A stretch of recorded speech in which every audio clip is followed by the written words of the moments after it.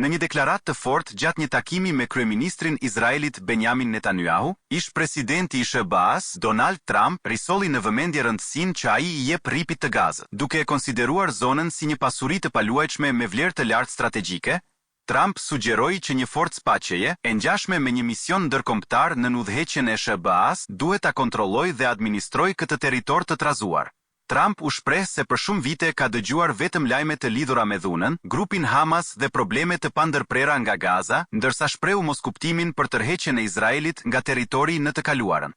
Sipas tij, Gaza ka qenë dikur nën zotërimin e Izraelit dhe dorëzimi i saj në emër të paqes nuk solli rezultatin e dëshiruar. Unë nuk e kuptoj pse Izraeli hoqi dorë nga ajo zonë. Ishte e tyre, nuk duhet ta kishin lënë kurrë, tha Trump me tone të qarta kritike ndaj vendimit të dikurshëm. Nga ana e tij, Netanyahu konfirmoi se në bisedimet me Trump kishte ndar planin për të zhvendosur popullsinë palestineze nga Gaza me synimin që zona të rindërtohet.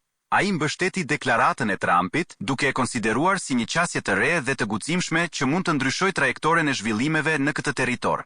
Deklaratat e Trumpit pritet të shkaktojnë reagime të forta në arenën ndërkombëtare, pasi ato sfidojnë konsensusin e mëparshëm mbi zgjidhjen me dy shtete dhe rolin e aktorëve ndërkombëtar në ruajtjen e balancës në lindjen e mesme. Për më tepër, propozimi për zhvendosjen e popullsisë palestineze dhe kontrollin e jashtëm të territorit rrezikon të tensionojë më tej marrëdhëniet në rajon, ndërkohë që konflikti mes Izraelit dhe palestinezëve vijon të mbetet një nga më të ndërlikuarit në botë.